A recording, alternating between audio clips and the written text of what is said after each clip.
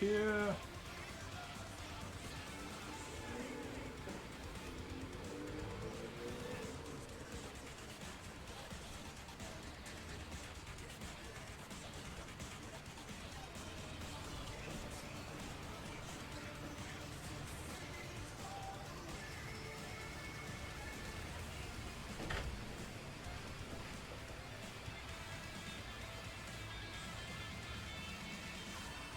I see we are full of non-regulars in this stream. Probably because it's slightly different timing than usual. You can always tell who the new people are. Not even 3 minutes into the stream, I am regular. Are you stupid? Yeah, but you're commenting on the fact that I'm making animal noises as the first thing I do in the stream. Which means even if you're a regular, that means you're not fucking tuning in for the meaningless ritual ear destruction that people have been asking me to do for the last 2 years or some shit.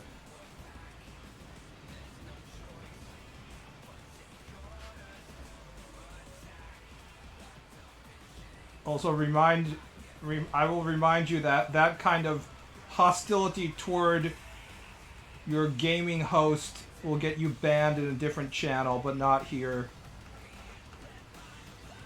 Never forget that I'm the only one that will accept all of you forgotten souls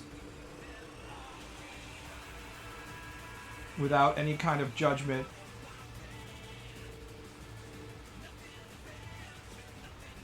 Fine, you're right, I'm a fake fan. Honestly, I don't really care if you're a fake fan or not. I just need people posting in the comments section for me to react to something so I can continue to talk so I'm not speaking alone. I don't understand how the people who can stream when they have literally 0 people in their stream and yet they keep on talking. It must be either like they just talk to themselves constantly on a regular basis, or they just believe that if they keep on shouting into the void, someday they can become the next popular millionaire streamer.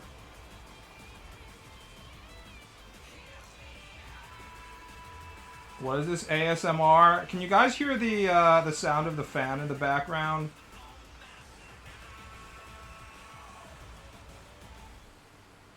Because I have a standing fan relatively close to the mic.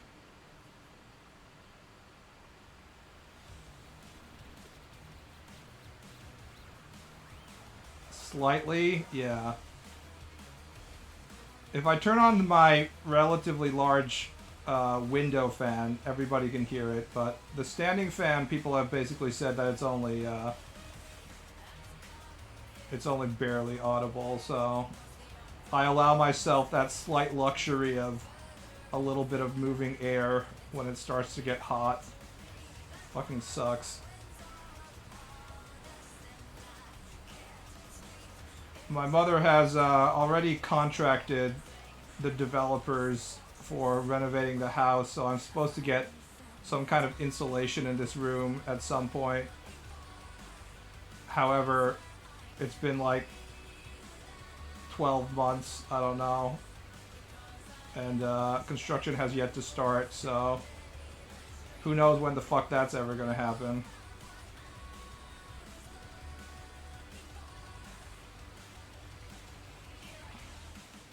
New streamer just need AI to talk to? True. Hold on.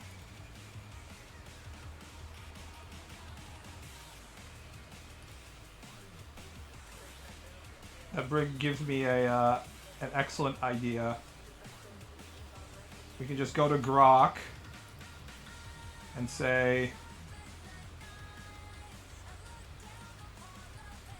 generate a stream of messages as if I am a popular art streamer and you are the Twitch chat.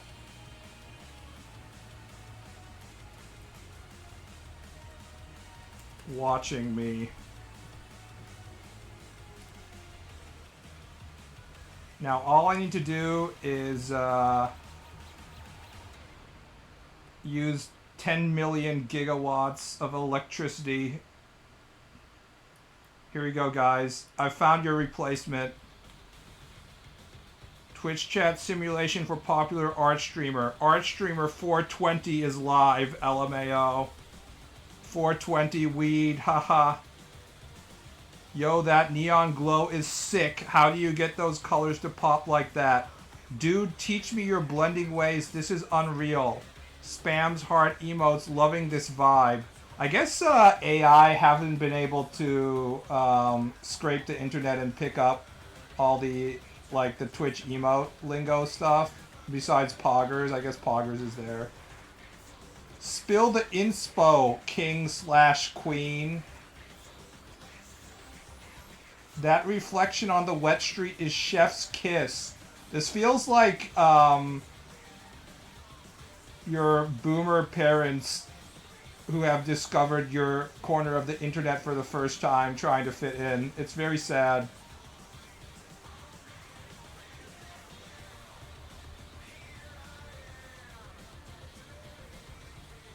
Using the crying emoji in the incorrect context, which is any sort of context that does not involve prepubescent lowly girls. Hype beast brush. Artie McFly. I like how everybody in the art stream also has art-related names, I guess, because only other artists are allowed to follow another artist and watch their stream.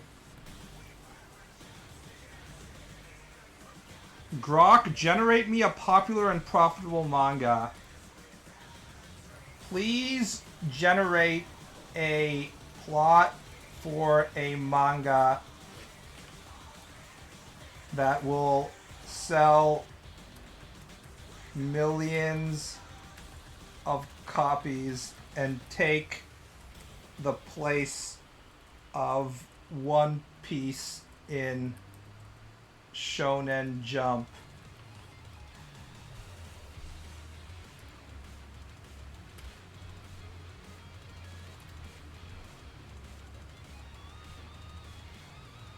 Here we go, guys. You're finished, Oda.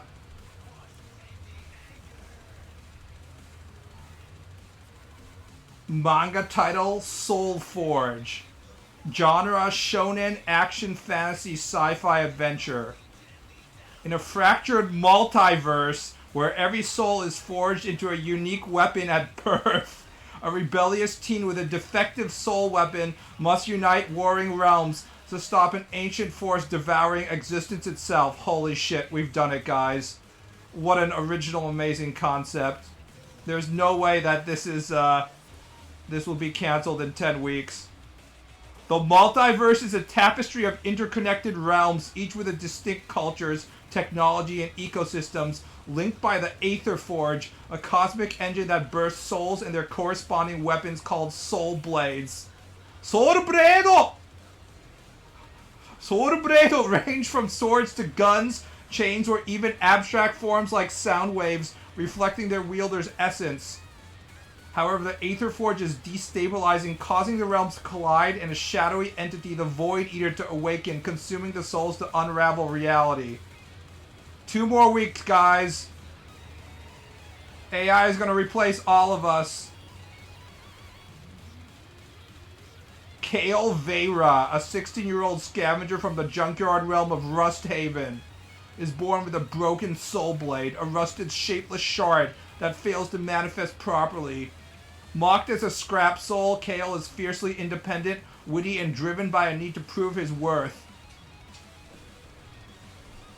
This is actually goes to one of my core annoyances of isekai and shonen as a whole. But for once, can we have like a main character who doesn't have some sort of special power that gives him 0 magic, or has, like, everybody thinks is completely worthless, and it turns out to be that in fact it's not that he has 0 magic, it's that it cancels out all the other abilities of all the other, you know, SoulForge users and shit like that. Can we at least have like one where people are like, you know what?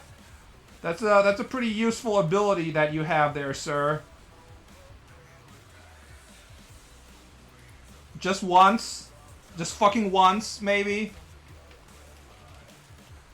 Ask him to rewrite it in Japanese naming style. I would, but it's even worse than you predict. It's you think that shonen manga names, the AI American internet version of Japanese names is bad. It's like 10 times worse than you would imagine here.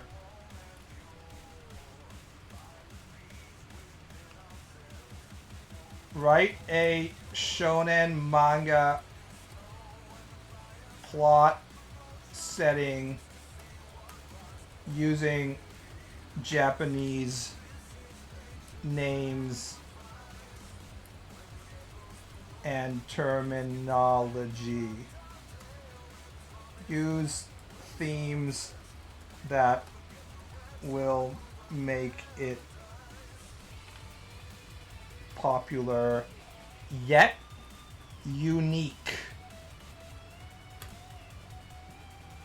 Every time I do this, holy shit, it just gives you the exact same thing. I guess that's part of the setup. Here we go, guys. Manga titled Tamashi no Kobo. The world Yugenkai, realm of profound mystery.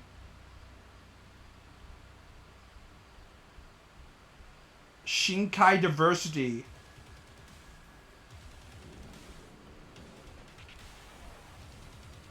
Protagonist Tatsumi Ren. Why it's popular and unique. Relatable protagonist. Innovative power system. Vivid world building. Deep themes. Mass appeal. Merch potential. Soul weapons are perfect for figurines, replica weapons, and video games.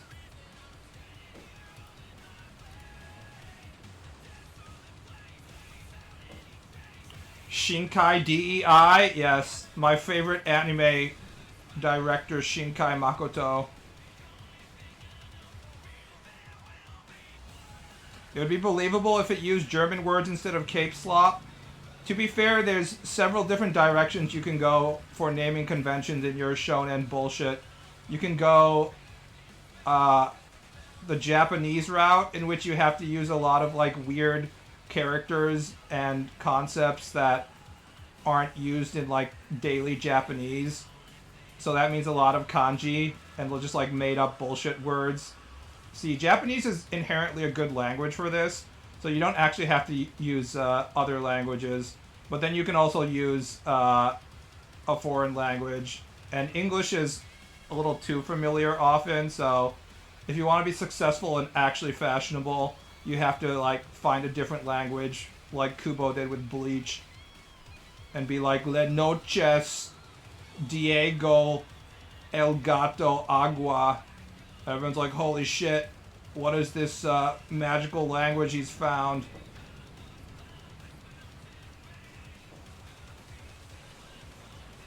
I've never seen it before. Goddamn, Kubo's so talented. He uses the superpower of Spanish. What a fucking god.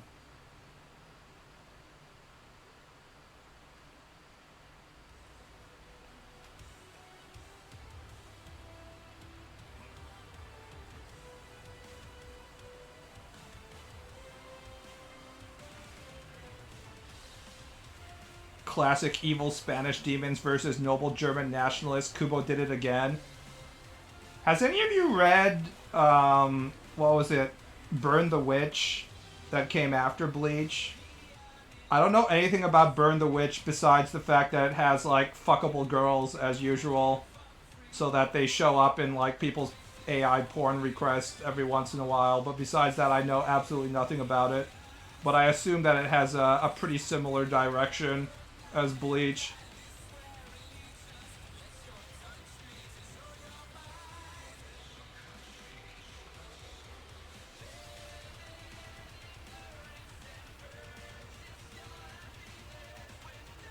The ancient obscure language of the Spaniards. Literally nobody in Japan has any opportunity to learn Spanish under any context, so it really does seem like, and it's even more obscure than like German and shit. He actually had really good sense of like what he could use to make shit seem obscure and cool, because there were other stuff that did like German and shit up until that point, but Spanish was really an untouched, like a blue ocean kind of situation right there, so I do salute him for that one. It's not as impactful if you're living in America where, you know, you have to speak some amount of Spanish on a daily basis just to get your fucking Taco Bell order. But in Japan, there really is. There's no, like, taco restaurants in Japan, so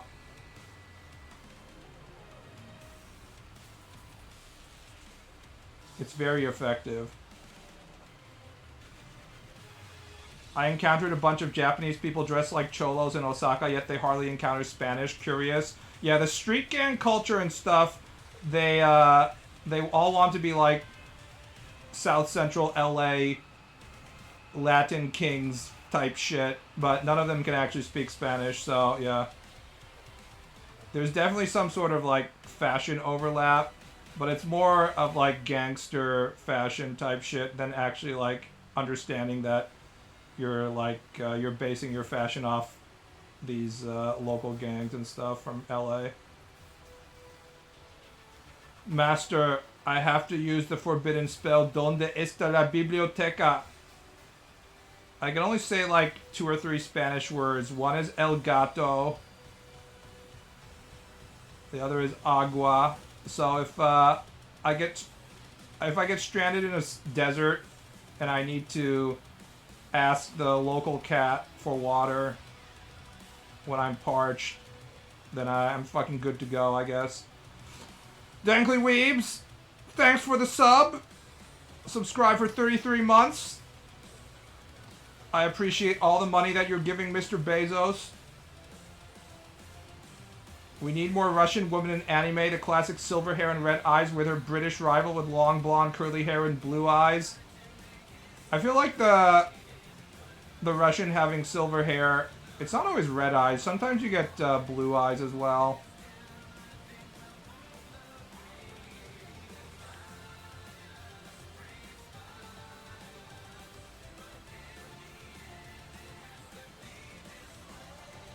The one thing that you cannot have is have the British character be Pakistani, despite the fact that 95% of London's population now is probably made out of Pakistanis at this point. Although I guess we had Nessa, didn't we? I love how there were people on the American internet that thought Nessa was black when it was pretty obviously Japan saying LMAO Britain. You've been invaded by your colonies.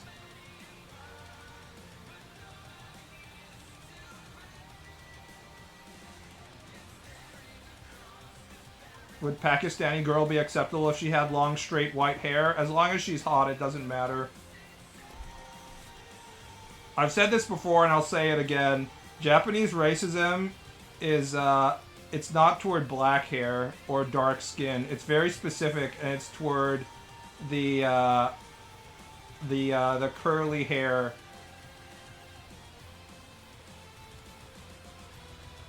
I forgot what the scientific term is of like African phenotypes, which is why Elena, of course, has white hair, but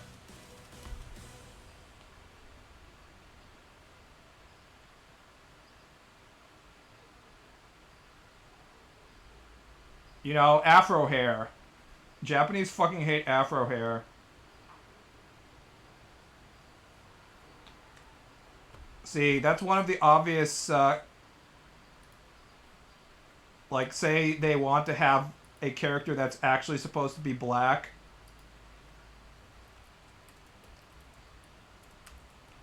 That's when you get this character design. Notice how they make sure her hair is braided. By the way, my dick, I'd just like to point out that my penis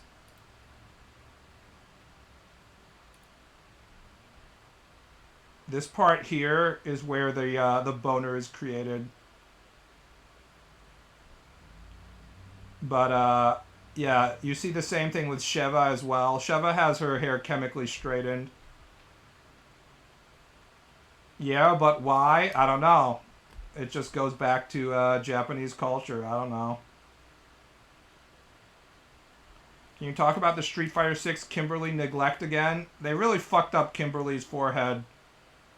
She could have been hot, but you can say that for a lot of different Street Fighter 6 characters, so I don't think it's necessarily unique to the black girl being not hot enough. I mean, they fucked up 90% of the Street Fighter 6 female characters. The only one that isn't fucked up 100% is Juri, their poster girl.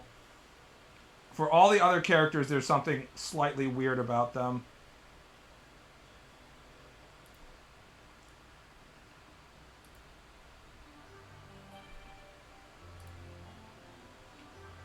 Cammy looks fine. What do you mean? Wrong. Cammy does not look fine. Cammy's face in Street Fighter 6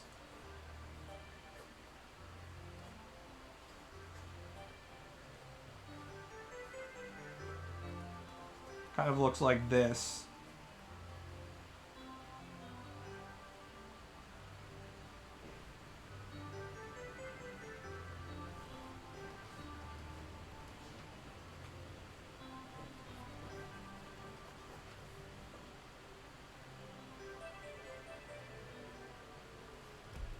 People who have played Street Fighter 6 know what I'm talking about.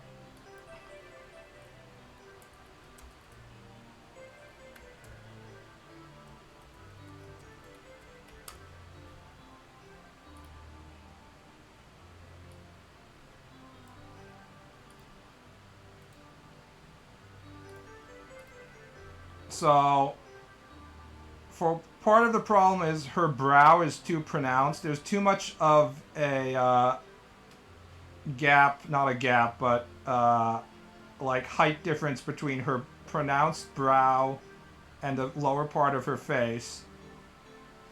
And her eyebrows are too close to her eyes.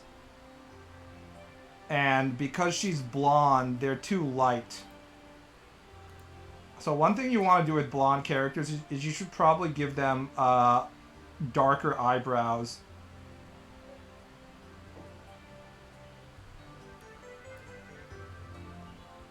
Her face is also too triangular. There's not enough fat in her cheeks. Proper British representation though, big forehead doing the duck face. Wouldn't she also have to be like overweight and have bad teeth and stuff though?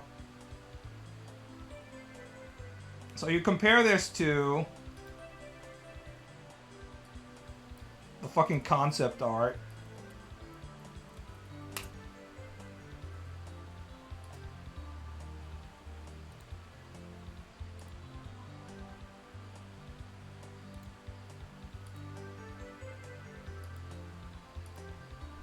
You can see kind of where they got the whole idea wrong, because if you're just following the concept art blindly without understanding how the face is made up, which is probably what happened with the 3D modeler, you can understand how they ended up with this kind of face, but it looks wrong.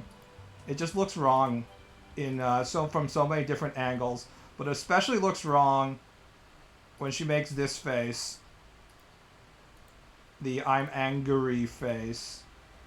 Because then they use like the face modeling to lower the eyebrows, and it gives her the super powered Neanderthal max.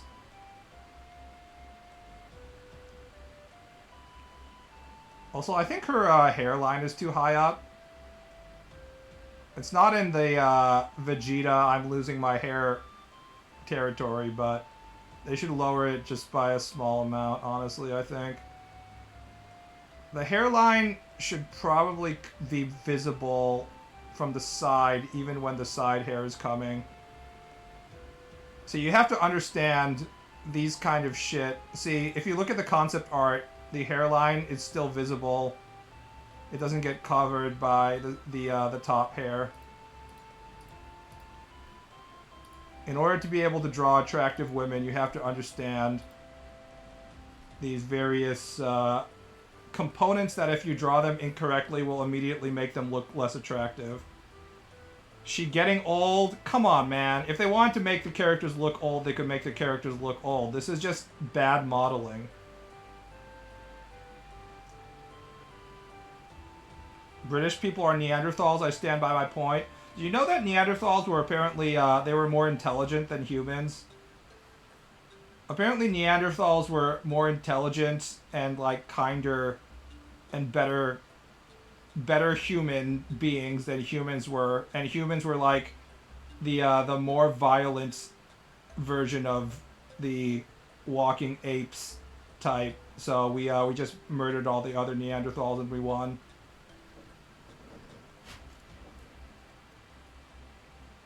Look at Street Fighter 6 Mai. The only perfect Street Fighter 6 character modeling female, I would say, is Juri.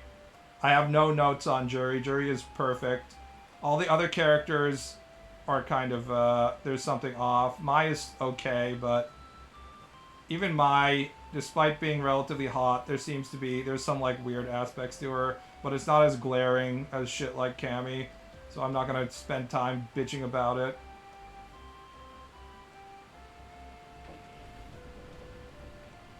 Homo sapiens wrecking Neanderthals shit explains the current state of the world. So Homo sapiens were more violent and they were more, they had a more tendency to create tribes. So there were more of them and they went around in packs and they just murdered shit. They also had, like, big sex orgies with Neanderthals, so we all have Neanderthal DNAs in our blood. It's not like Neanderthals were all gone completely. We just fucked them out of existence. But yeah, if it was only Neanderthals, then there's a higher chance that humanity would be in a better place right now if we were just based on Neanderthals. Like, Neanderthals could probably, like, solve global warming or some shit.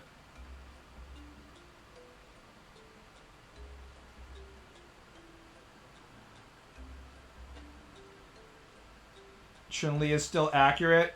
So, the Chun-Li modeling is also weird. But I'm not going to talk about it because I've already wasted too much time talking about Street Fighter 6 modeling. We've had this discussion like 30 times on stream already. Approximately 95% of my brain power is prioritized by complaining about Capcom's modeling of female faces in Street Fighter. It's funny because the Monster Hunter females look really good. So it's really something about whoever is in charge of doing this sort of cartoonish expressions for the Street Fighter with the RE engine.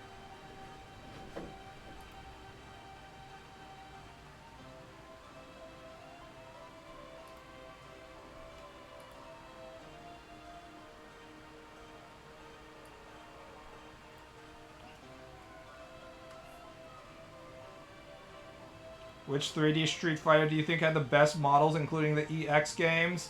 I think some of the Street Fighter V models were good.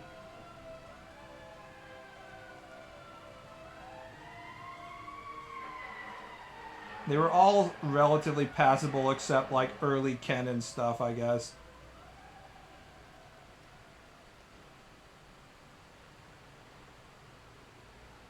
Four was nice at the time, but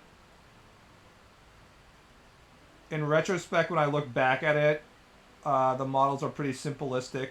The animations of 4 are much, much worse than the animations of 5 and especially 6. That's one thing that I complain about the character models, but the animations are steadily getting better.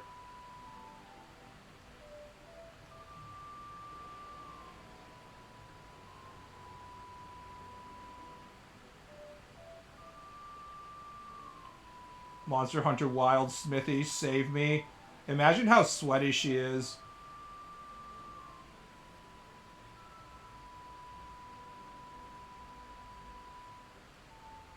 What does the Smithy smell like? Both of those Monster Hunter Wilds women probably have serious, pungent female body odors coming from their pits. Visualize the aroma.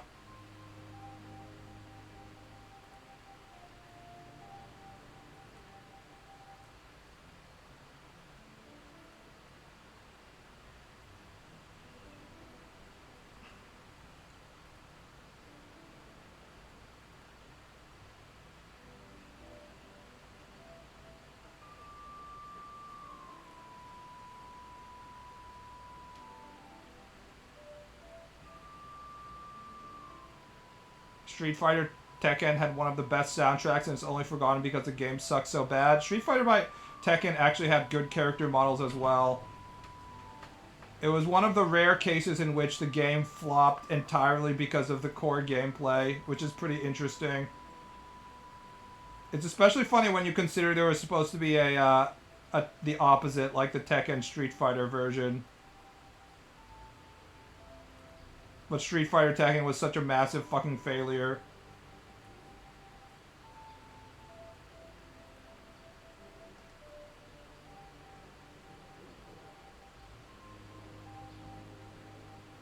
I remember watching some of the early Street Fighter Tekken, like, pro level tournaments, and my god, I have never seen a fighting game that had so many fucking timeouts. People spend a lot of time complaining about, like, whatever the most recent, most popular fighting game is. And they're like, this is the worst fighting game of all time. And they forget how bad it can be. The truly bad fighting games nobody actually remembers. I completely forgot that Street Fighter by Cross Tekken even existed, by the way.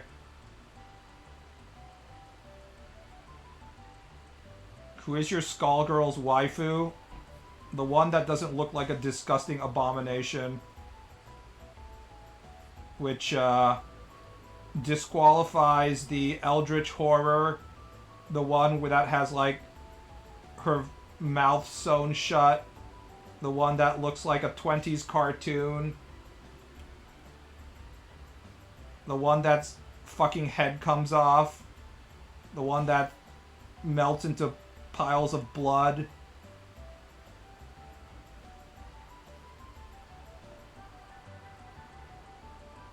Squiggly is super cute. No, it's not cute. It's a fucking abomination. Half of those women are Eldritch Horrors. Fine, you date the woman that has tits but also, like, melts into a corpse.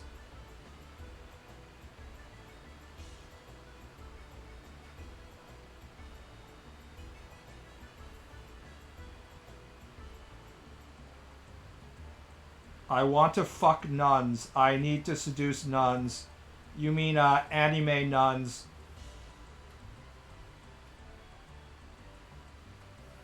Average anime nun be like, here's a habit that I'm supposed to use to, cover my hair.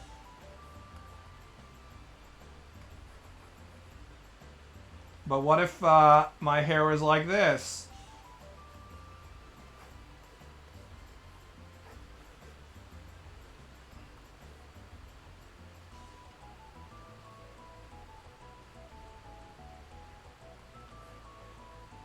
Oh, and by the way, this, simple black dress is supposed to hide my curves so that men won't lust after me.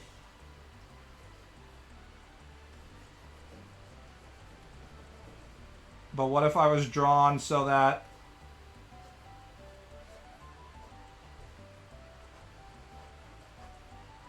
literally every single part of my curves were easily visible, including my erect nipples? How about that? Surely, I won't be raped by demons like this, am I right? She's either flat-chested or has the hugest tits and there's no in-between, or has a dick.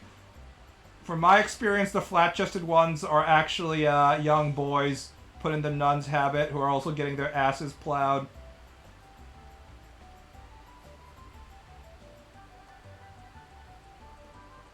What about the Cleopatra lookalike? She's hot until she reminds you that she's a fucking corpse and like her skin melts off and stuff, so...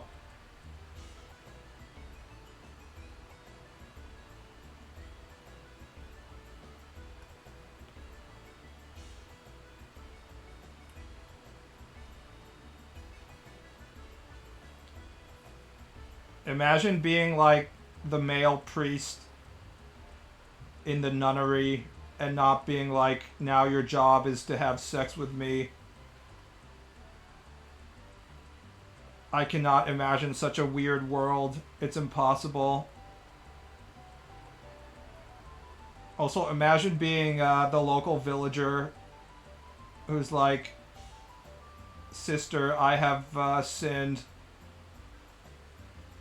How can I keep these desires in check and not have the nun immediately like stick her ass through the confession box so that you can stick her penis inside her?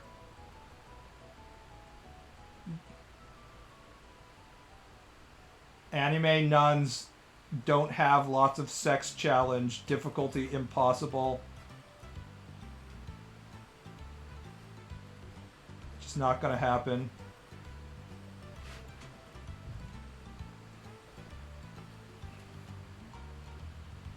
No, I became a monk because I'm gay!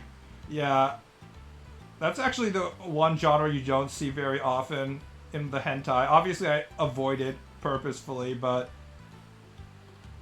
You don't see much, like, ugly bastard with young boys content, which is fine with me.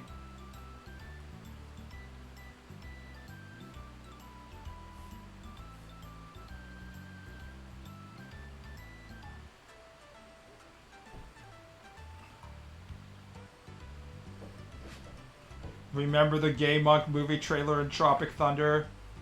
Is that what Conclave is about? Conclave is in my Amazon movies recommendations because the Pope is dead, so they're like, hey, here's a timely movie about the Pope being dead. I was gonna watch it, but then I was like, I have to fucking draw. I don't watch movies anymore now because, like, I can't focus on both the movie and drawing, unfortunately. Which means that I don't get to watch the movie. I only get second screen content that doesn't actually, like, distract me, so... I guess I can draw if it's a movie I've actually, like, seen before.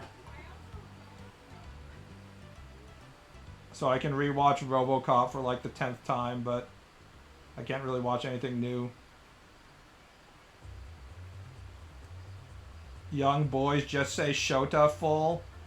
Yeah, but I wanted to make it more obvious that I was talking about young boys because we're talking about priests molesting young boys, which is a very relevant concept for Western consumers.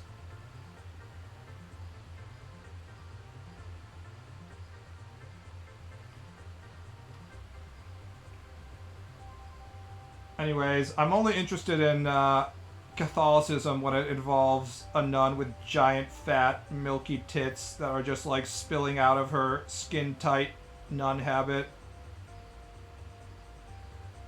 I don't want the flat ones, only the massive milky mommy nuns.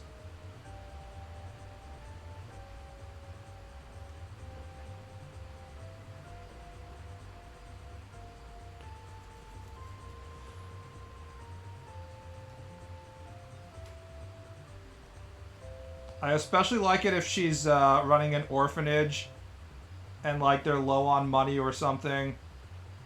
An ugly bastard local merchant shows up and is like, heh heh heh, don't you want to pay for the food for your children? And she's like, God forgive me. Now that the children are asleep, I must have sex with the ugly bastard. But because she's a giga super slut, she's definitely enjoying it. I definitely enjoyed that trope.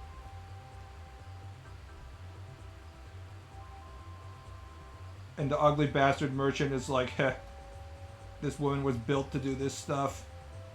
She's like, no, please, God. This abstract God that doesn't really have much to do with Christianity. Non-specific Christian light God. Please forgive me. Good times.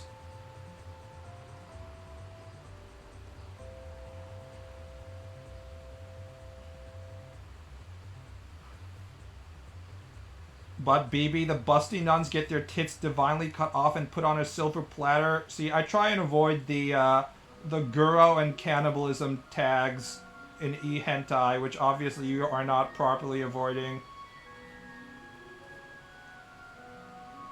I know this is a controversial statement, and some people might disagree with it, but I don't find women getting mutilated and eaten to be hot. It's not what get my penis hard. I prefer when women have all of their limbs and digits intact.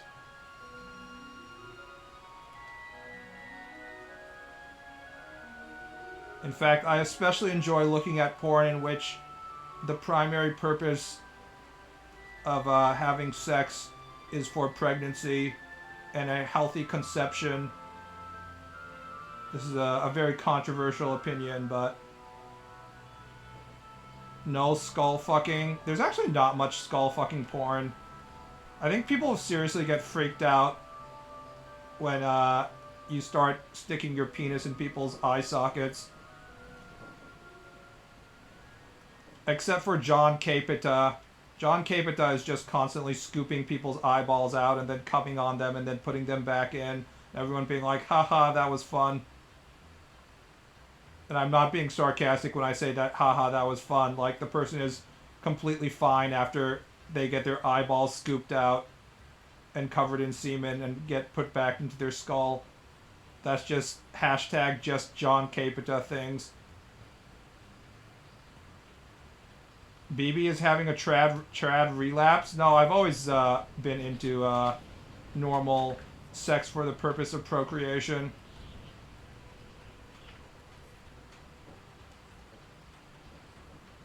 This is why I'm a big fan of Taimanin Asagi and Black Lilith stuff, because despite always like going into deviant fetishes, they always come back to normal stuff, like, you know, getting bred by orcs and shit. It's never too weird. It's just deviant enough.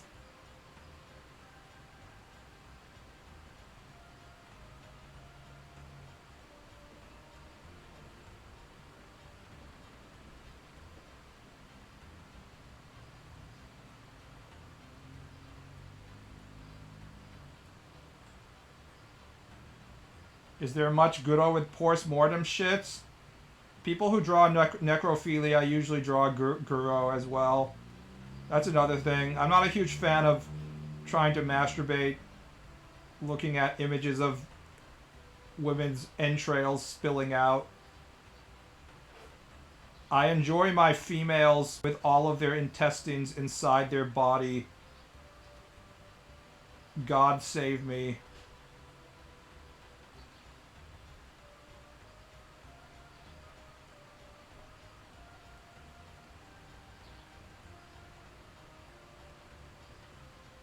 Women are just hotter when all of their limbs are attached.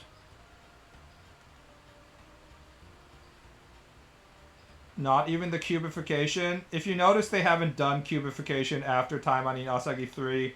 That was a one-time only thing. If it was more popular, they probably would go back to it, but they haven't, which means it probably wasn't that popular.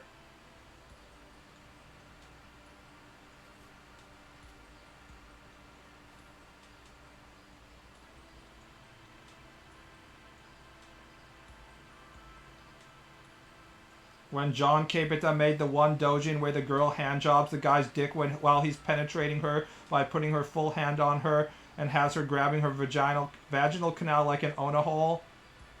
Which one are you talking about? I'm pretty sure he's done that like 5 times.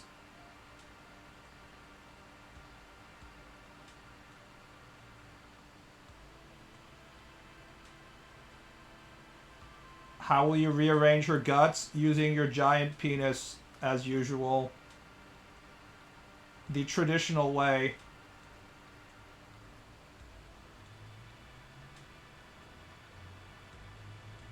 Just stick your penis that is approximately the size of a, I don't know, some sort of construction tool inside of her and watch as her stomach deforms. That's another thing. I'm not a huge fan of stomach deformation.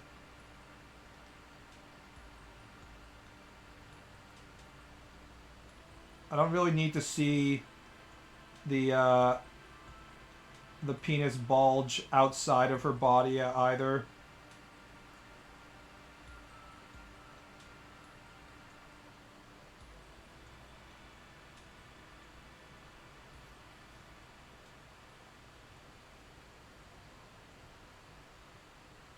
People who subside on a diet of chicken tendies wanking it to cannibalism. Wow, yeah.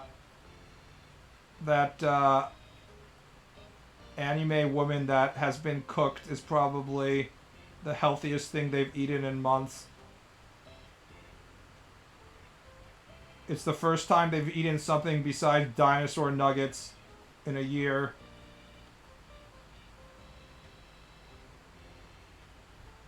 Yeah, if you actually think about the type of people that consume hentai porn, their palate probably can't handle anything as weird as like human flesh. They'd be like, this isn't like my tendies, it doesn't taste right.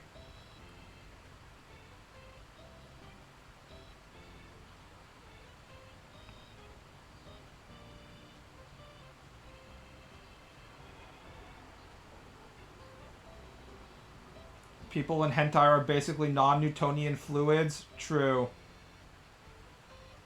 It's not as bad as the fairy Ona holes, where the penis can be literally larger than the entire body of the fairy.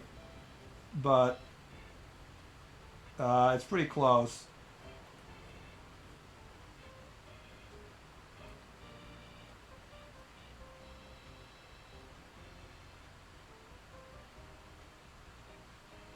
Stargate? I do not watch any TV shows. Literally any. I'm just not a TV show watcher in any context.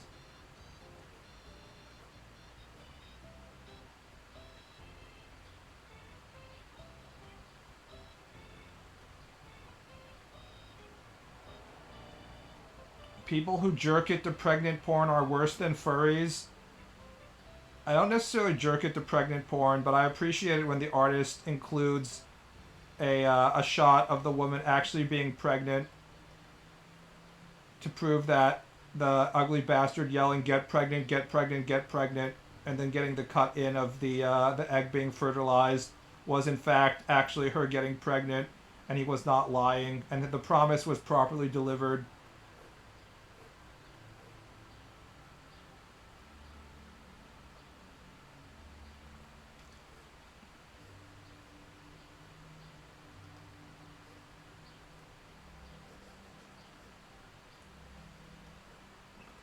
In fact, I like it even better if not only is there a shot of her getting pregnant, I would also like a shot of like 3 years later when she has like 5 kids to show that not only did she get pregnant, she successfully delivered them in childbirth.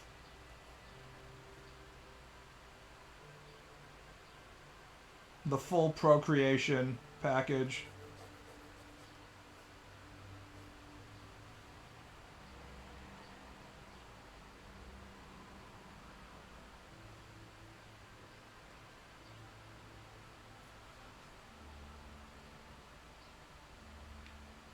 BB likes to see wishes come true. It's also important to remember that the children will not look like the ugly bastard. They will always look like the hot mother.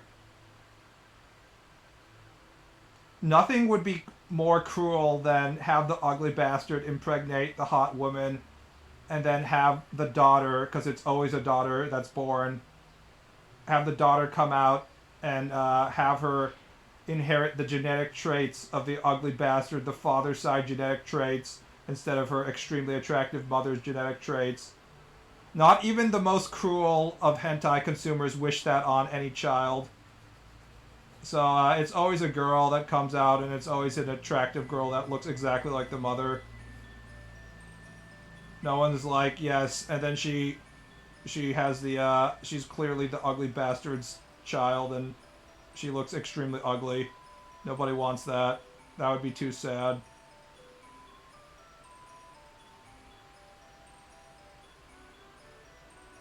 That would be high key funny though, but it would suck. Very few people actually want to see uh, somebody just legitimately have a horrible life, which is what's going to happen if you have the genetic traits of your father and your father is an ugly bastard. Even the people who jack it to like Guro and Yona porn just want to see some like sick shit.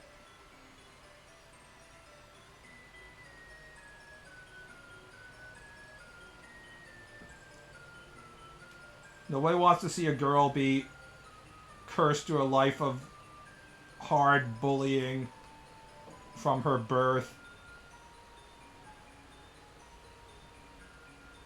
The ugly bastard dream is to not only fuck the mother, but then when the daughter comes out, have the daughter be like, "I love you, daddy," and then the daughter be extremely attractive.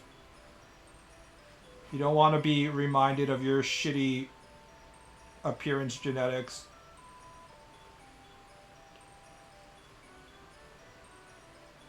Blackmail ugly bastard hentai is worst thing to ever exist.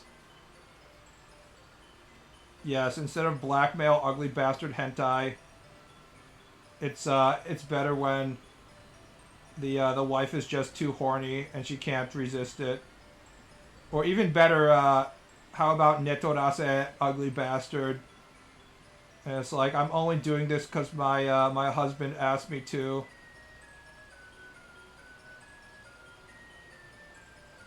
But then she's like, "I'm sorry, dear. I'm too deep down the rabbit hole."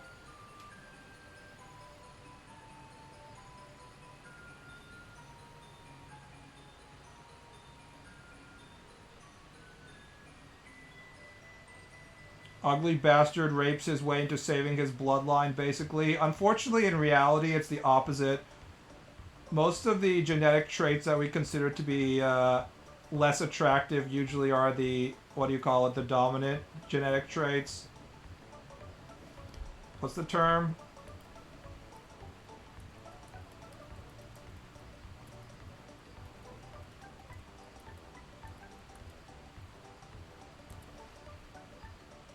Yeah, dominant gene traits.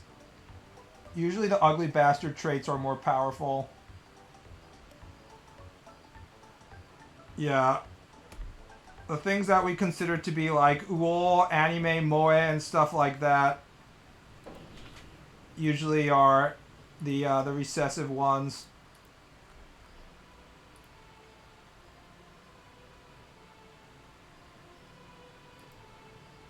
I mean, this is a pretty easy to understand chart right here.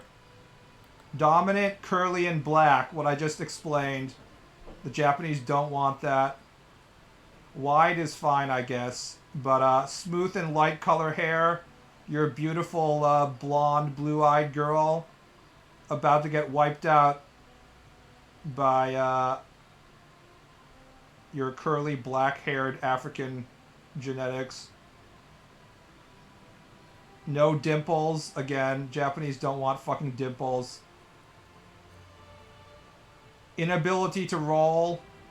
This is good to be able to roll your tongue because, you know, blowjobs and so on.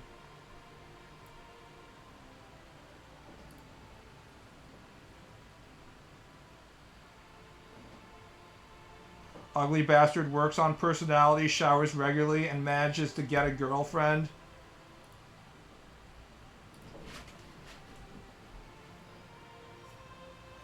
I prefer the timeline in which he just blackmails the wife living next door until she enjoys it.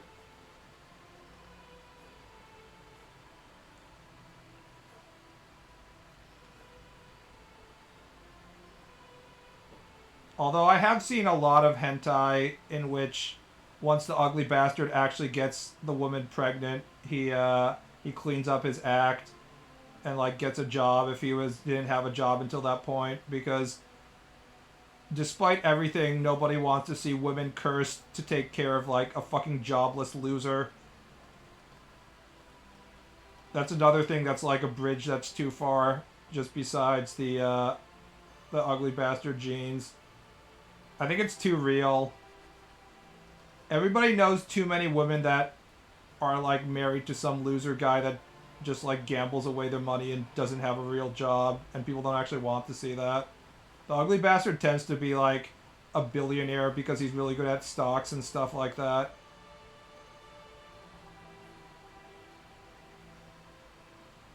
His ugliness is usually kept to superficial ugliness, like being fat and having poor hygiene and stuff like that.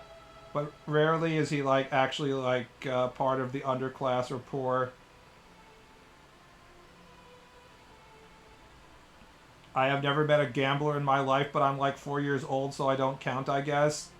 If you go to Japan, there's a fucking pachinko parlor outside literally every train station, so you'll have way more opportunities to see this human trash lining up outside their jingling pachinko parlors so they can waste all their fucking money. Including women, of course. Mom, please. That's my college fund. It's like, don't worry. I just need to roll the pachinko a little bit more. I can get all my money back.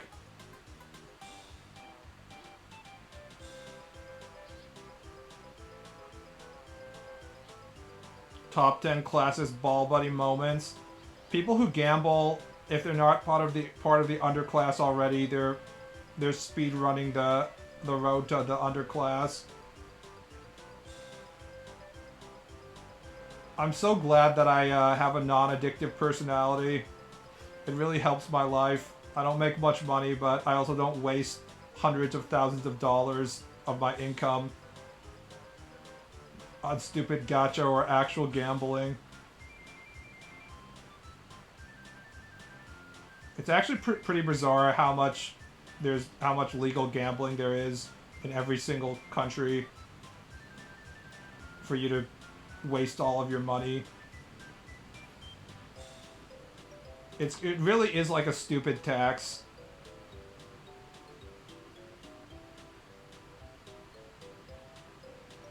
If you know someone who plays gacha games, you know a gambler. Wrong. Gacha players are not gamblers. They're worse than gamblers. At some point, a gambler will win eventually, and even if his total money usage is going to come up negative the longer he plays,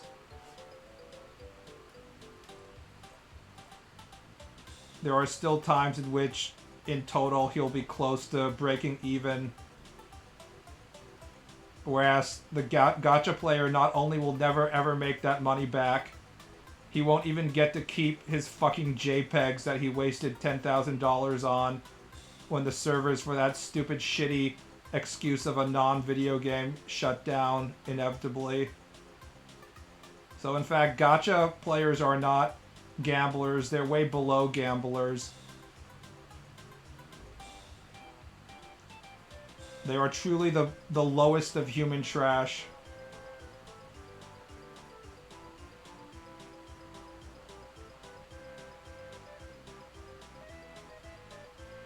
The only whales that need to die are the gacha whales. I mean, they don't need to die. They're what keeps the game running. In some ways, gacha players are doing a public service to everybody who doesn't participate in the gambling portion of those games, because it allows you to play the game for free. You can say that they're sacrificing their child's college tuition so that you can play Zenless Zone Zero with its high production values without paying a single fucking cent. That doesn't make them any less pathetic, but It's beneficial to you, the person who doesn't gamble.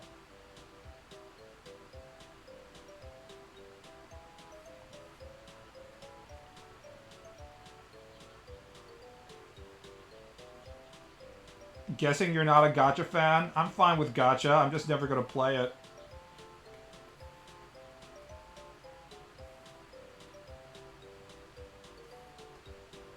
I'm pretending like I'm talking about, like I actually care about more morally well thought out video game practices, but I truly don't give a fuck, because people who are dumb enough to waste all of their money on gacha are probably dumb enough to waste it on some other form of gambling, so it's just a question of where the money is going. Is it going to the Yakuza? Is it going to the local state government when you play your fucking lottery scratch cards? Or is it going to a Chinese video game company that has big titty girls? At least the big titty girls provide me with some sort of benefit.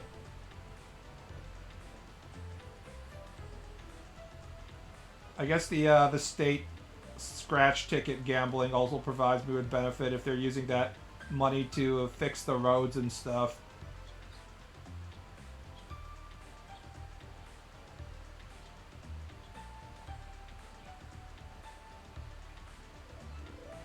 If you play nothing else, I see no issue playing gacha as long as you're not wailing out of your comfort zone. I mean, I don't see any issue, it's just you could be playing better video games, that's another thing. I have yet to play a gacha where the video game is actually, like, worth my time.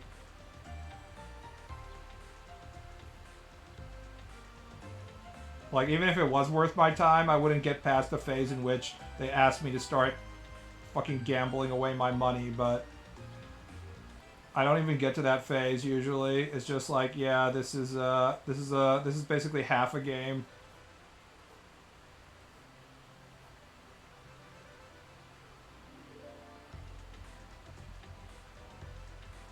Some people can watch their Nikkei's boobs bounce for hours.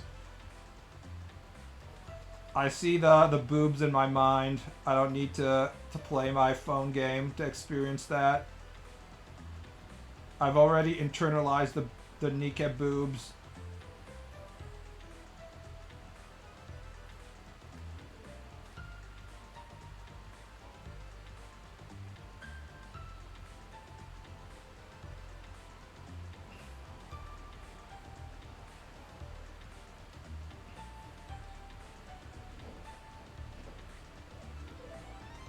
Back in my day, we didn't have titty video games. We had to imagine the titties ourselves.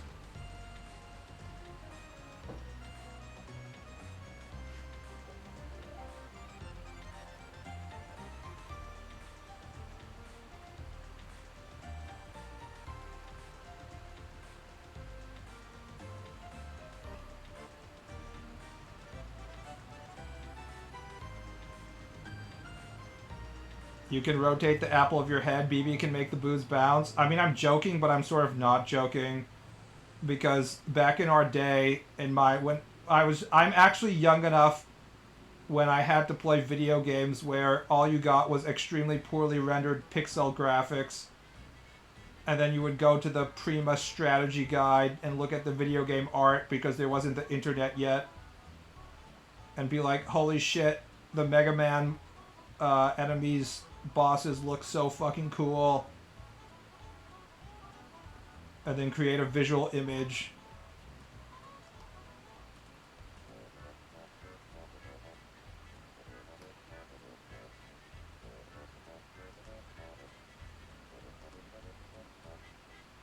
Zoomers will never understand.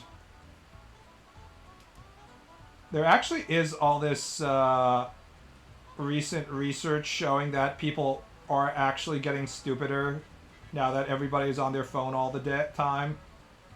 Like, it's not just like every generation, the older people are like, the young people are fucking stupid because they don't read enough books, etc., etc. Or more like, or if they're reading books, they're like, they're not reading the right books. They're not properly reading the classics. They're reading novels or some shit like that. But apparently there's like now some new research that shows that yes, people actually are getting fucking stupider by being on their phones.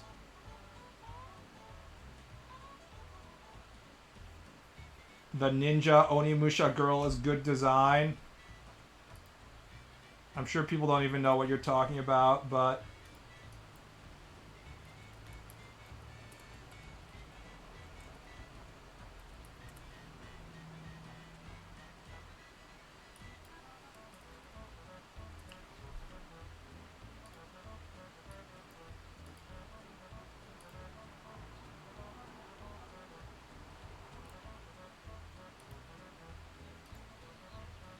this is what we're talking about, boys.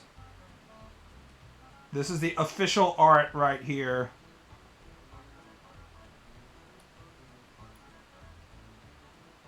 In 1999,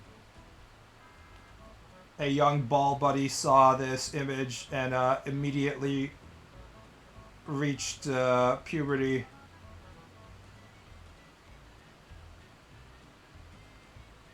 I like how thin she is, and then the boobs just sort of stick out. It's very nice. Here's a better image. Long legs. Ah. And she was hot in game too for PS2. By the way, it doesn't matter how tight your kimono is. Your tits are never going to stick out like this in a kimono.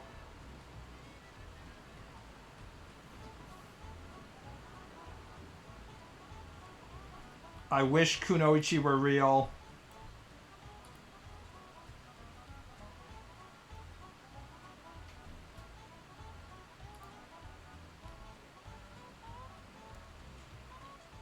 Looks like she is based off someone. All the Kunoichi, not Kunoichi, all the Onimusha face designs are based off of actual actors and actresses, I believe.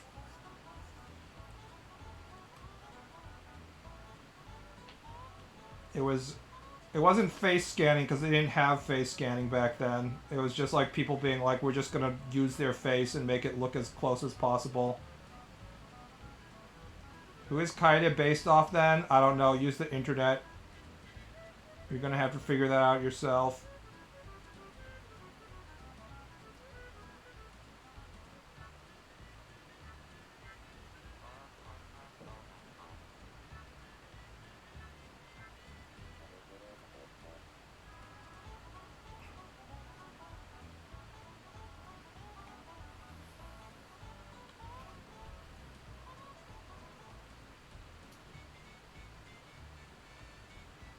When's the next Resident Evil coming out? I need to goon, Capcom. You're just gonna have to goon with what you have at home, kids. What percentage of people who were being like, whoa, I'm gooning ironically at the 8-foot tall vampire lady who's also like 48? What percentage of those guys do you think were actually gooning unironically? And we're like, actually, I'm actually going to masturbate right now. It's one of those interesting questions, you know?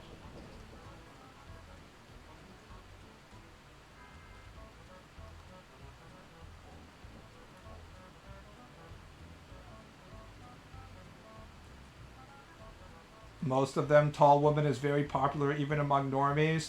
She's tall enough that if you're standing at the right height, that her ass is right around your head, right?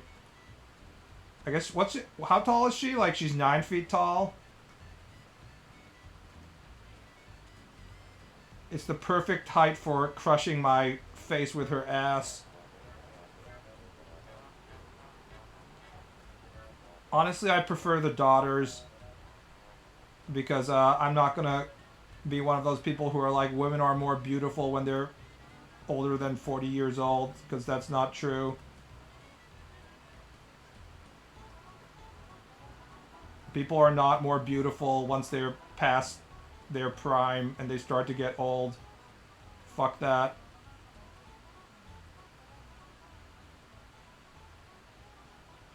Aging is pretty fucking disgusting. All your skin gets droopy and saggy.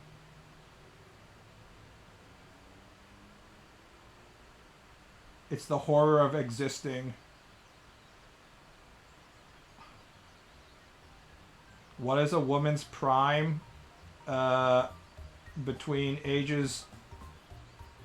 The ages in which Leonardo DiCaprio fucks his model girlfriends before he dumps them. So that's between like 22 and 25, I guess.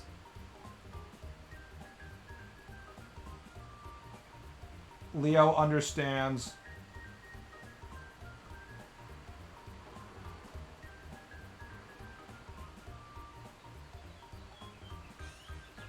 Yeah, he dumps them at 25, so that's when they hit the wall.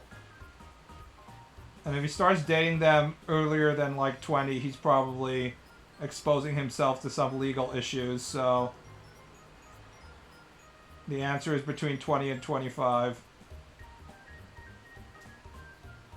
That's too short of a time frame. I mean, the truth is that we're not in our prime for very long, guys. Make the best use of it.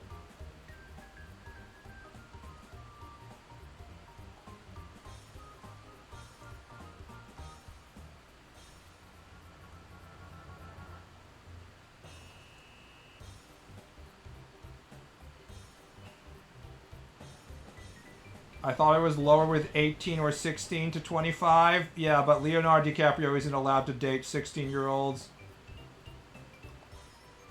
Also, mentally, they're really not in their prime, teenagers. Teenagers are annoying as fuck.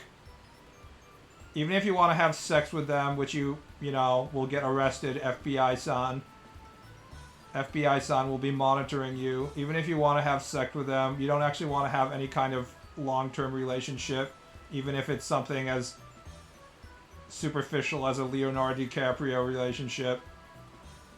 I don't think Leonardo DiCaprio would be able to survive being in the same room with like a 16-year-old and the type of vapid shit that she would be saying for more than a few days, so I think even Leo has standards regarding that.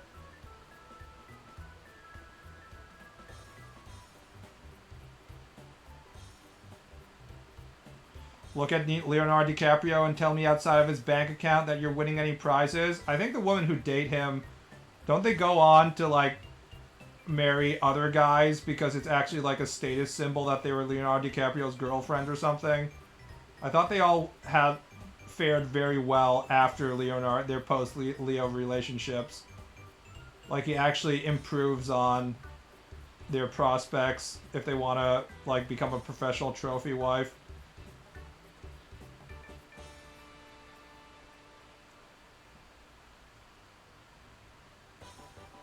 He can probably do roleplay really well. I mean, he's an actor, so there's that.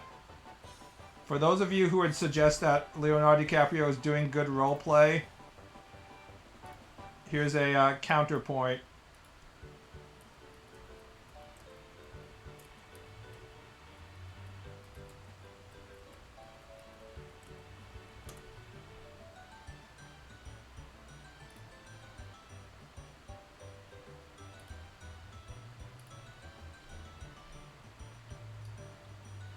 The headphones vaping sex rumor. One of the most unpopular, unconfirmed celebrity gossip stories is the rumor that during sex, Leonardo DiCaprio just lazily lays back and vapes while listening to MGMT on noise-canceling headphones. There's never been any legitimate source of this story, but it's the type of odd celeb rumor that sticks around because it's so random and fun to discuss. He definitely has the energy though, right?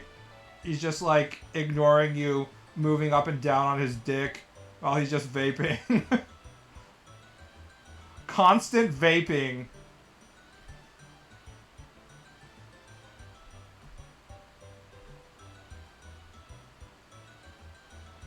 Leo, Hollywood's laziest lover.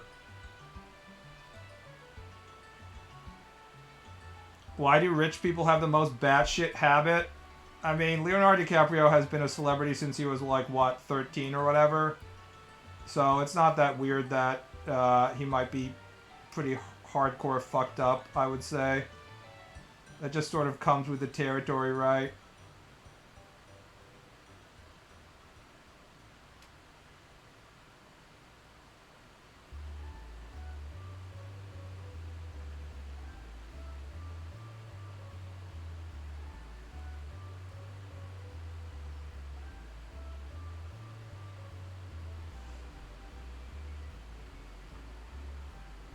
Getting a nicotine cotton candy cloud blown in your face while you sit on top of a middle-aged man. To be fair, the type of women who are willing to date Leonardo DiCaprio probably are also very willing to vape whatever nicotine product he's using as well, so it can't be that weird for them. If anyone's vaping within like 5 feet of me, I'm just gonna be like, get the fuck away from me, you piece of shit. But I doubt those people are the kind of people that are seeking out Leo.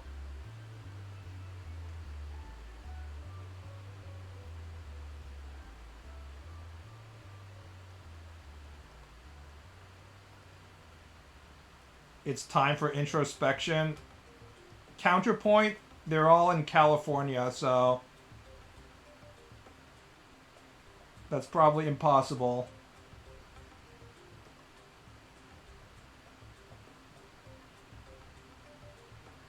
Everybody's head is too far up their ass to actually even recognize that this might be bad.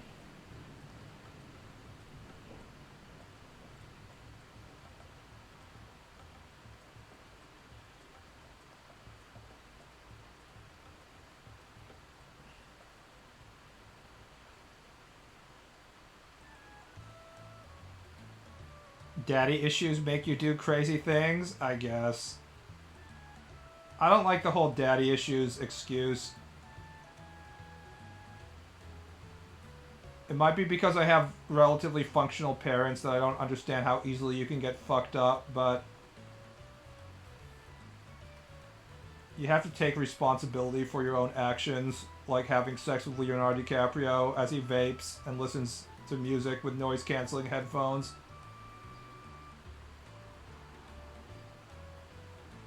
I'm in California. It's where the bimbos go to graze.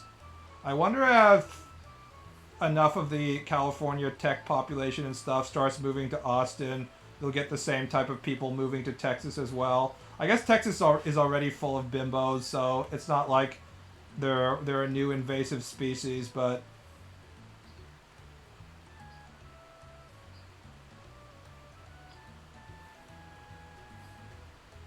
Texas will never have the all the people who are like, I'm a waitress now, but I'm definitely going to become a model slash singer slash actress soon.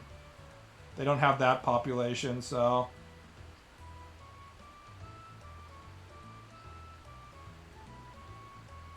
it's simply star fucking. I used to see 19-year-olds extras sleep with any celebrity on set just to say they slept with them. I mean, why not? People do that even with non-celebrities, right? Some women will sleep with their best friend's boyfriend just to say they slept with their best friend's boyfriend. So if you compare that, then there's nothing wrong with saying that you slept with Kevin Bacon.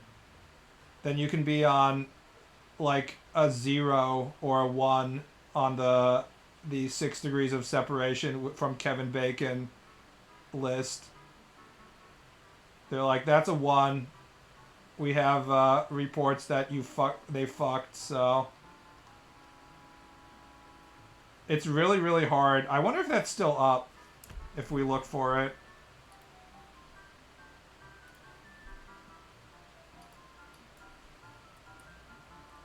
Kevin Bacon separation.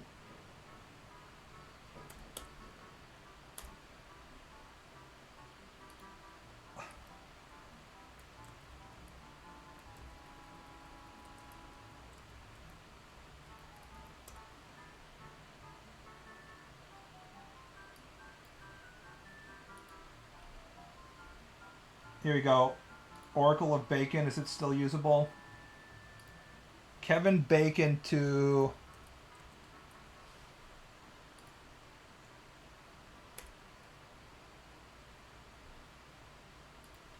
I don't think this is update. Oh, it is to 2025. Good. Ennio Morricone has a bacon number of 3.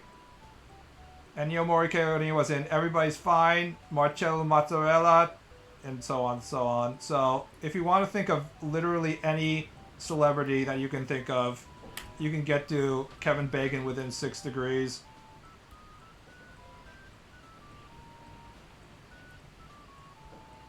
Just anybody. Let's look at Arnold. Arnold has a 2. Arnold Schwarzenegger was in Total Recall with Sharon Stone, who was in He Said, She Said with Kevin Bacon. All of the celebrities you chose, Ennio Morricone, LMAO. I watched Once Upon a Time in America recently, so I was thinking about his soundtracks. Steven Seagal, I think that's a 1, honestly. I think he might have been in the same movie as Steven Seagal.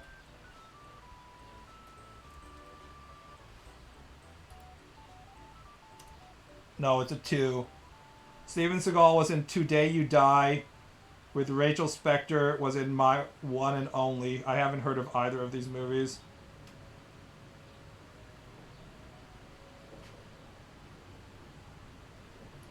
I think the highest number I've been able to find was like a 6 with Fabio. This was back in my sociology class. Someone tried Fabio. Oh no, it's been updated because it's been like 20 years since I was in college. So Fabio was originally a 6, but one of the people that he had some sort of association with was now in like a different movie with Kevin Bacon. So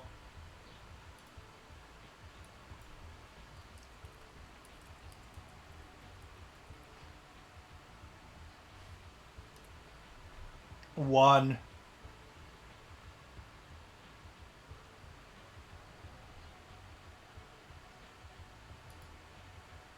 What about Keanu? This is probably a 1 as well. No, it's a 2. JFK.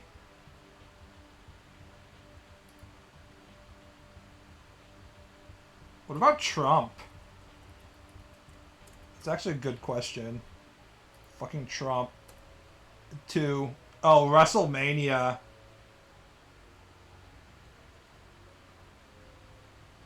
Kevin Bacon was in the Guardians of the Galaxy holiday special.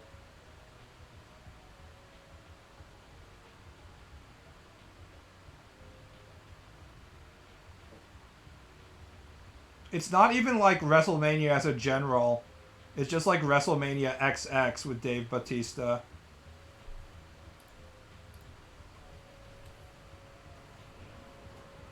So yeah, it's pretty hard to find anybody that's so obscure that you both know about them, but has more than several connections. So if you do that with normal people, the person that's the equivalent of Kevin Bacon is usually like the drug dealers. If you're doing high school networks, the drug dealer is the connection that brings everybody together in your local American high school. Fun fact, I never knew who my school's drug dealers were because I never used drugs, because only losers use drugs and I'm a winner. Also, I'm extremely antisocial.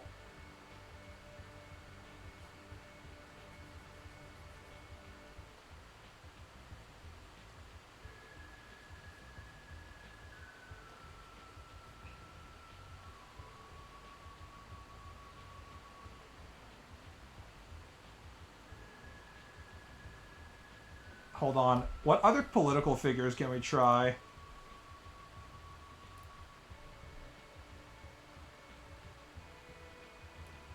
What about, like, Scalia?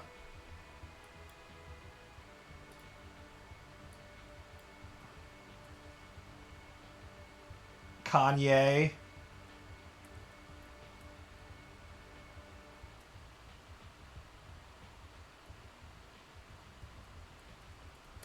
I guess I have to put in West. Is there no Kanye? No, okay. Yeah. Anchorman 2. Kanye West was in Anchorman 2. Legend continues. I don't remember that. Drake.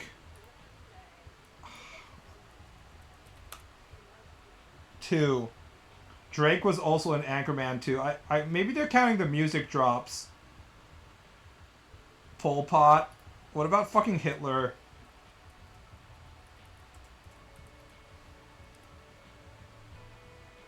Adolf Hitler has a Bacon number of infinity, using only feature films. Okay, they're only using like film connections, not like general connections. So it has to be someone who's appeared in a film. Elon Musk. Has Elon Musk ever been in a film? I guess he has.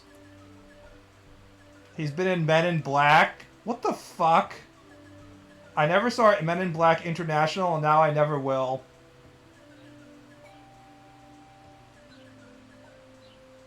Buster Keaton, that's a good question. I'm sure it's like a 3.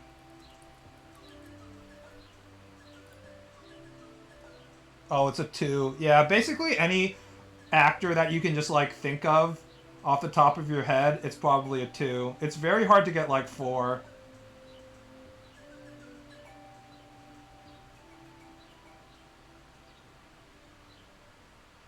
Because there's always like a bit actor that's been in like 10,000 movies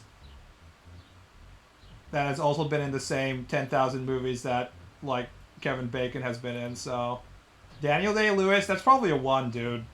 I think you're underestimating Kevin Bacon. I'm pretty sure he's been in the same movie as Daniel Day-Lewis at some point. No, it's a 2. Lincoln. Lincoln to Beverly Hills Cop with Joseph Gordon-Levitt. What is this site supposed to measure again? It measures how everybody has... There are certain people that connect our social networks together. So you can't trace too many different layers away from them. Like if you draw it, it looks like this, right? Like we have Kevin Bacon, and it's just like this. Because he's been in so many fucking movies. But then this gets linked to another person who's like this. And then you have all these small nodes. So you have like Trump over here, who's only been in WrestleMania. But then when you have like Bautista. So then it becomes like 1, 2, 3, and so on. Kevin Bacon to Kevin Bacon has a Bacon number of 0. That is correct. James Dean, that's probably a 2 as well. You have to think more obscure if you want to get to a higher number.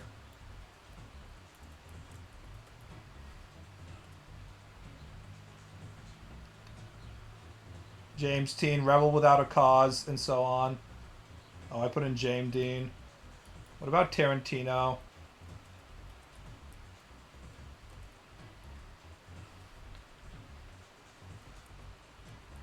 I can't fucking spell Quentin Tarantino. Pulp Fiction and Glorious Bastards, Forever Hollywood. 2. Johnny Sins. Let's try Johnny Sins.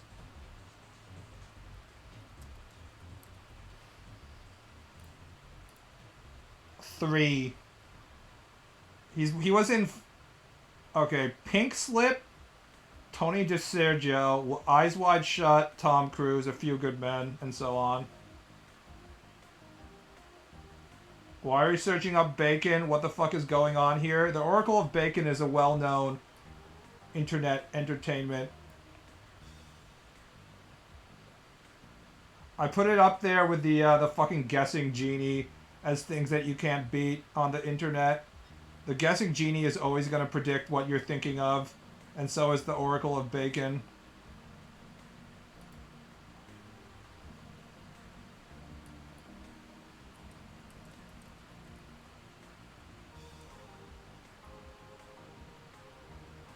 What about Japanese actors? Toshiro Mifune. 2. 1941, Penny Marshall. She's having a baby with Kevin Bacon. Akinator isn't very accurate.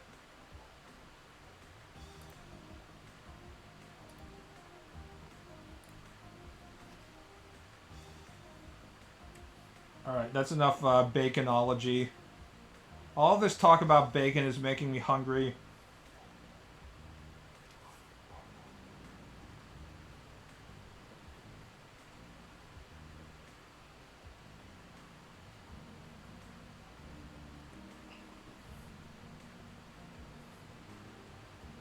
I mean, Mifune was in quite a few Hollywood movies in the later part of his career, I think, so...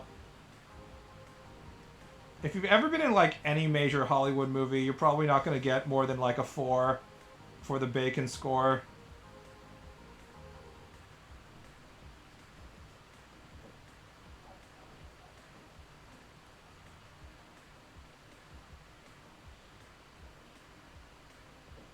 I wonder if Anakin was cooked like a bacon extra fried crisp. I wonder what it smelled like when he was being cooked. I bet it smelled like really good, like tasty. Obi-Wan being like, "Oh no!"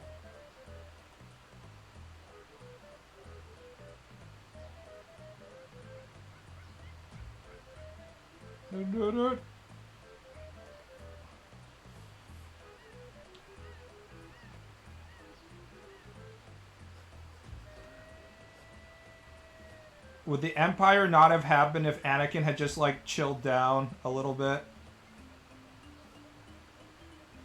If Padme wasn't so hot,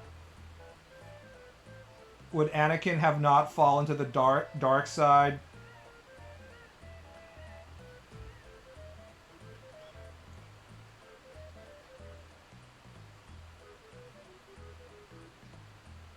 What if Padme was kind of mid, and instead Anakin was like, you know what, I'm good.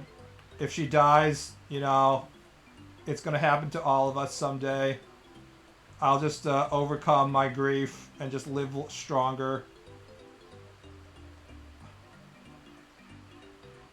Anakin was fucked up hitting on a grown woman at age 7. Was he hitting on her or was she hitting on him? To be fair, he's like some sort of weird force baby who was conceived immaculately.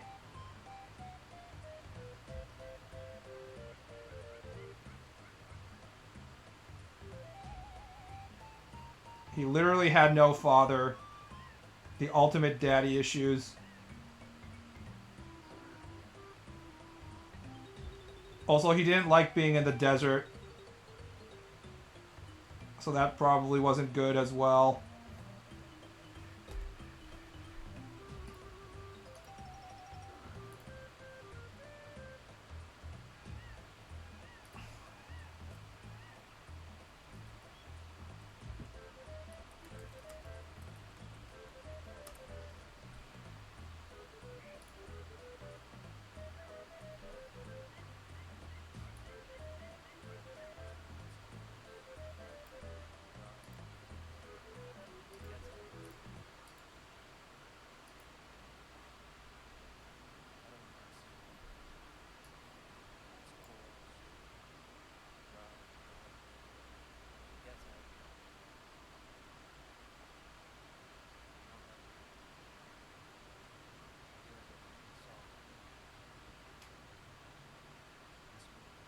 I can't even hear what he's saying. Couldn't they find a better clip of the I hate sand? I need him to really say that.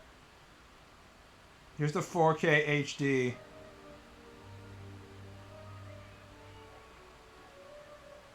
I can't hear it even with my headphones in. I like how they're living in this like weird combination of Venice. We used to come here for school retreat. We would swim to that island every day. I love the water. I love the water. Thank you, George. We used to lie out on the sand and let the sun dry us.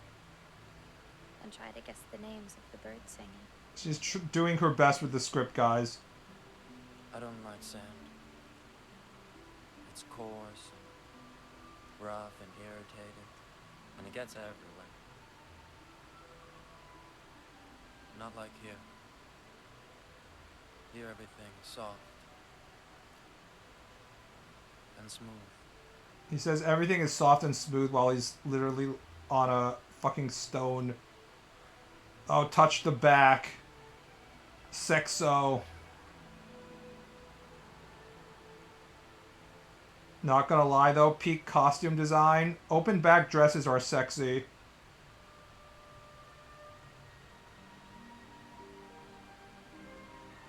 At least Anakin moved in slowly to give her time to object to the tongue wrestle. Imagine your job is to say the dialogue like, I don't like sand. No. I shouldn't have done that. Shouldn't have done that. I'm sorry. I'm sorry. Look at his fucking dumbass hairstyle.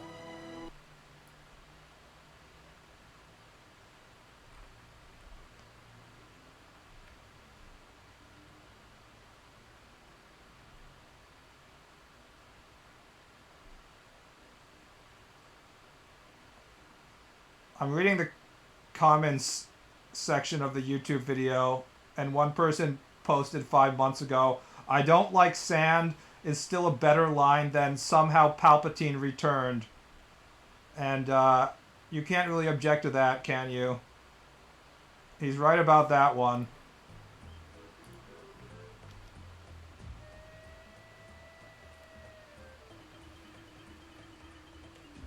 We haven't talked about this that often.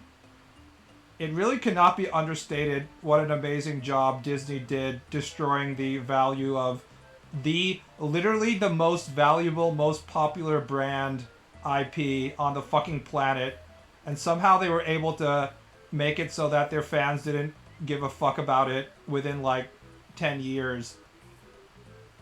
Like, I don't think if you were trying to destroy the credibility and people's love of Star Wars, if you could do a better job than what Disney did in such a short amount of time. It's pretty amazing.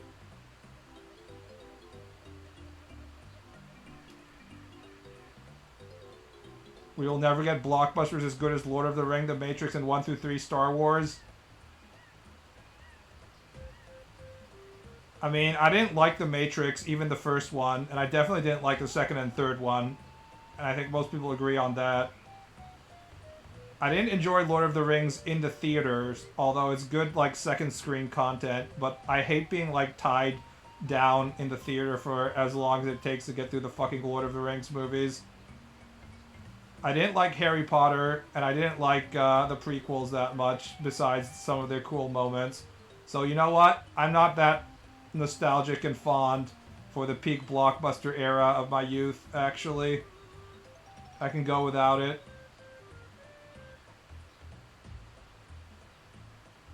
I'm good. Episode 1 through 3 sucks, dude. There's a lot of moments in episode 1 through 3 that are just objectively bad movie making, I would say. It comes together nicely when you finish watching episode 3. One thing that George Lucas was always good at, and he continued to be good at in the prequels, was sort of tying these large themes together. And it really does kind of feel like it comes full circle. But on a moment-to-moment like basis and like the general plot, the prequels are pretty fucking stupid. I'm not gonna pretend like they're some amazing goddamn masterpiece. Also, you know what? Blockbusters are better when it's just like one blockbuster instead of being like 1 through 3. You know what's a good fucking blockbuster? Jaws. Jaws is still great. Every time I rewatch Jaws, it's like, holy shit, this is fucking awesome. If only he had a script editor. Unfortunately, he was too successful. The Hobbit trilogy wasn't great, but I'll still watch. If you're willing to get through the Hobbit trilogy more than once, you're a braver soul than me. That shit is painful. Even as second screen content, I tried rewatching some of the Hobbit movies. Even as second screen content, that shit is really rough.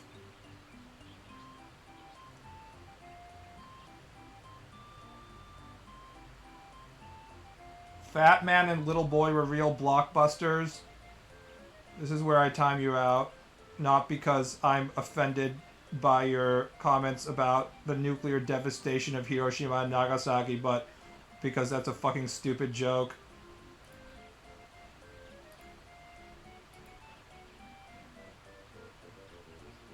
The only bad Star Wars film in 1 through 6 was Episode 2.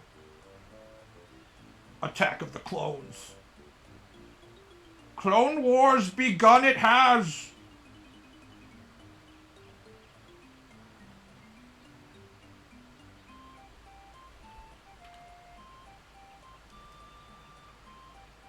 I mean, Godzilla movies are different. They're not what I would consider to be blockbusters. They'd be more like B movies, or at least the Showa and Heisei era stuff.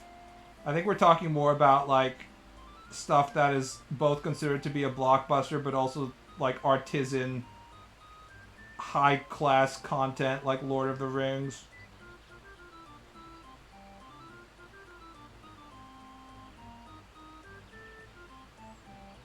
It's just like the stories, Mr. Frodo. The stories that were so dark. You didn't know if everyone was gonna be okay. Because how could they be after so much had happened? But those were the stories that you remembered.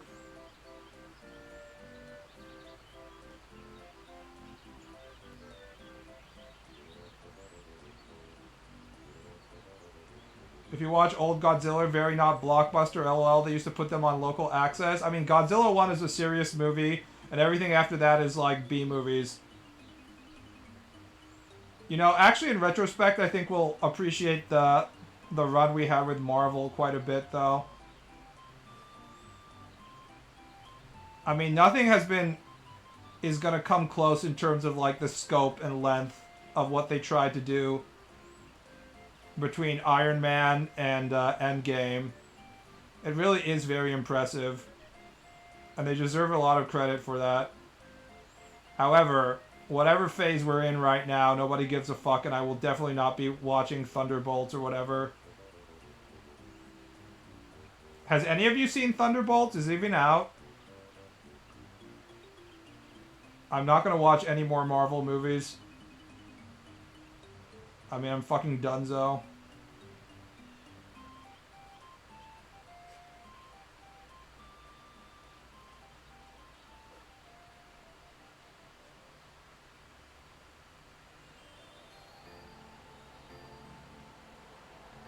How good do you think THX 1138 are? Is because I think it's Lucas' second best film.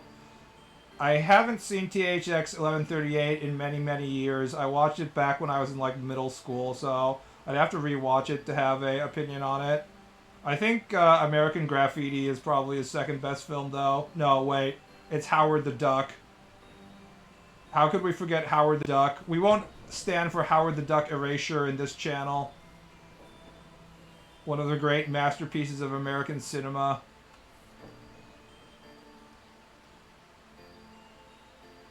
Anybody who thinks that George Lucas is a good movie maker instead of a lucky movie maker just needs to watch Howard the Duck and be like, huh, maybe he wasn't that good at the whole movies things after all.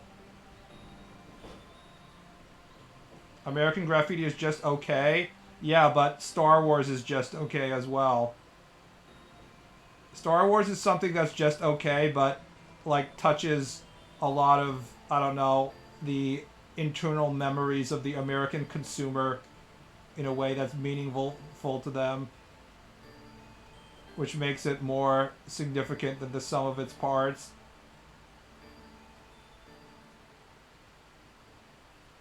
You can't insult my Star Wars. Star Wars is good because American media didn't really have that kind of expansive IP back when I was growing up. So the Star Wars expanded universe was like one of the best forms of entertainment you could get as a kid. if you wanted to like dive deep into something.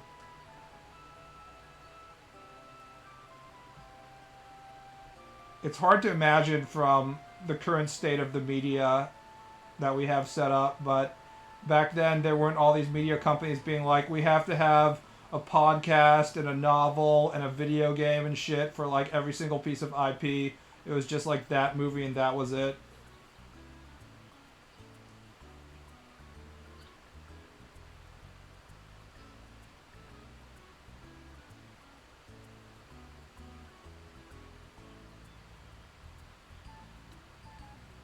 So having like 10 million Star Wars novels you could read as a kid was pretty cool.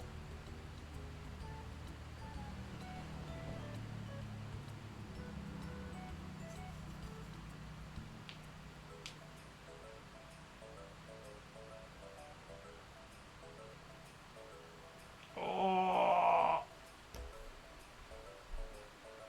The best thing about Star Wars was the Jedi Knight trilogy.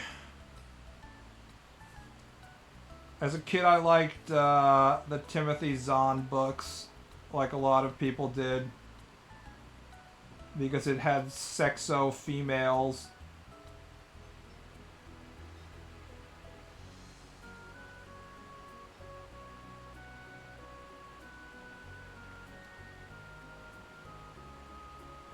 I did hear Andor was good, but I have really bad Star Wars burnout. They were doing something related to Andor on TV at Planet Fitness a few days ago, and I was like, oh shit, this is a good moment. This is reminding me of why I like Star Wars in the first place.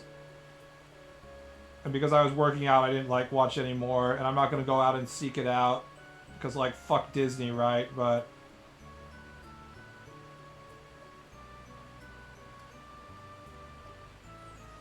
it's like, if you give it to the right director and give them enough creative freedom and give them enough budget, they can still produce, like, fun moments and stuff. It's just that the stench of Disney is so overwhelming at this point. Like, you don't want to invest your time because whatever that you're, like, getting engaged in might turn to shit at any moment, right? I don't know if Disney is fully out of their DEI phase, but even if they're not, they're still fucking Disney, so...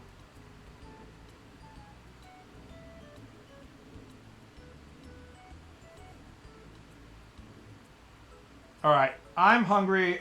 I'm gonna go downstairs. I have to, like, cook pork chops for mommy today. See you around, guys. Good night. Have a nice night.